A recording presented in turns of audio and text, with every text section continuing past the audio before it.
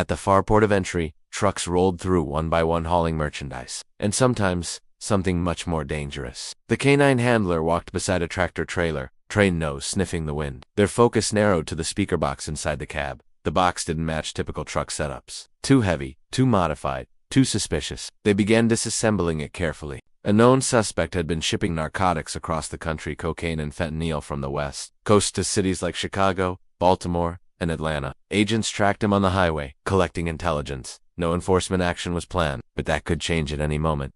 Screws instead of glue. Inside, a crystal-like substance, loosely packed in a single bag. Officers checked construction quality and weight distribution. In one case, a boot seemed suspicious, but it turned out clean. More crystal-like substance.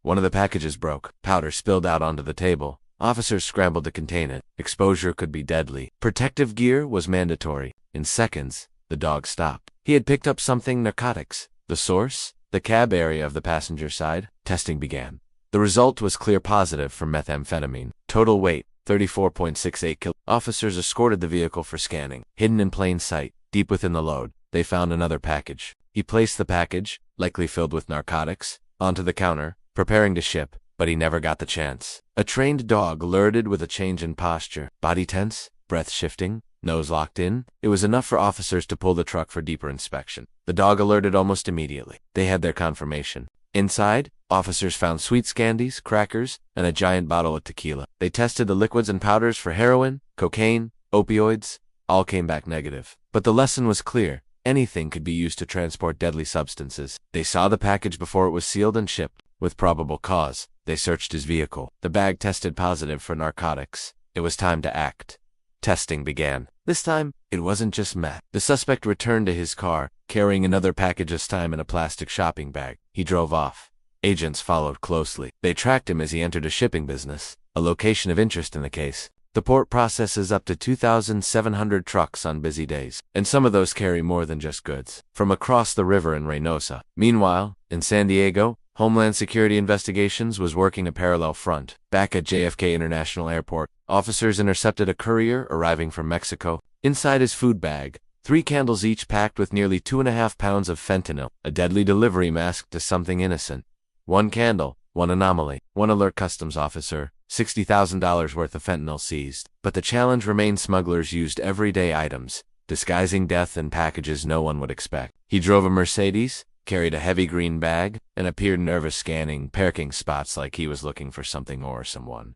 X-rays were clean, but they probed deeper. These were real candles. This time, there was nothing illegal. But the method was becoming a pattern. The cartels were testing. Agents followed discreetly as he headed toward a commercial strip mall. Candles, shoes, deodorant, food, even tequila bottles. Anything could hide fentanyl. And often, couriers didn't even know what they were carrying. He pulled into the lot of a known shipping business. The team closed in. The following day, officers expanded the search. They began inspecting every courier bag arriving from Mexico. Shoes, sneakers, and boot. Smugglers used them all. In another bag, officers examined deodorant bottles. One had a strange consistency. They tested it. No narcotics, just genuine deodorant. As surveillance continued in San Diego, agents zeroed in on the suspect. Inside his bag, the second box opened more easily at the port. Another seizure unfolded. Officers carefully inspected pallets, separating every item by hand. It was xylazine, and animal tranquilizer mixed with fentanyl, a deadly combination. Back at the commercial shipping facility, the suspect stood in front of a postal onyx counter. Agents watched from a distance. Agents moved in. Calm, quiet, decisive. The man consented to a search of his vehicle. A K-9 unit arrived. In Far Texas, trucks continued to roll in from across the Mexican border. One by one, they were inspected. That day, another truck was flagged. Back at the airport, another courier arrived. Candles again. The same concealment method seen earlier. Officers examined them carefully. Smuggling methods evolved daily. In one case, a Travella admitted he hadn't packed his own bag. Meanwhile, in San Diego, the investigation pressed on. This was the break they needed. Agents intercepted him again. At the suspect's residence, agents conducted a full search with his consent. They uncovered more drugs: white oval pills known as M30S, or counterfeit oxycodone. They found a ghost gun, unregistered homemade weapon, ledgers, addresses, shipping forms. Everything pointed to a larger network. The team began building the next case, tracking connections from San Diego to the East Coast. This wasn't a one-man operation. Every document, every address was a potential lead to co-conspirators in other cities. Officers worked tirelessly in the heat stacking, testing, and weighing.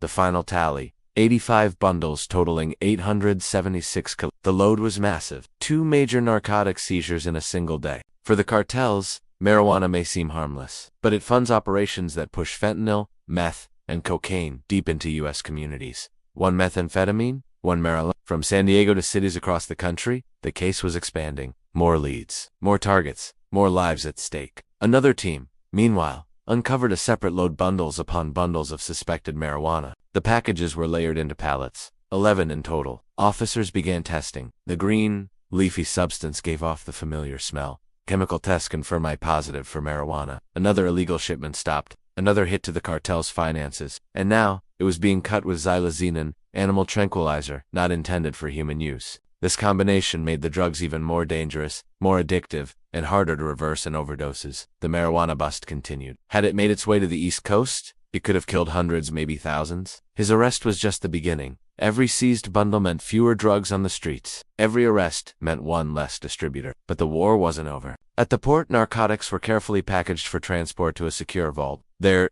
they would remain as evidence until ultimately destroyed. Fentanyl remains the gravest threat. Cheap, potent, and deadly. It takes only a few milligrams to end a life. The suspect apprehended at the shipping store had intended to send out a brick of fentanyl-laced product. The team now had access to his network contacts, addresses, routes. Every seizure was a win, every arrest a disruption. But the next wave was already forming. For the officers, agents, and K-9 teams, the mission never stopped. Each morning brought a new shipment, a new disguise, a new fight to keep deadly drugs from slipping through the cracks. And they would be ready. If you found this story powerful, important, or even shocking, don't forget to give it a like. It helps more people see the reality behind the headlines. Subscribe for more true stories from the front lines of border security and drug enforcement. And hit the notification bell so you never miss a mission, a takedown, or a breakthrough. One share could raise awareness. One comment could start a conversation. Stay informed, stay alert, and as always, thanks for watching.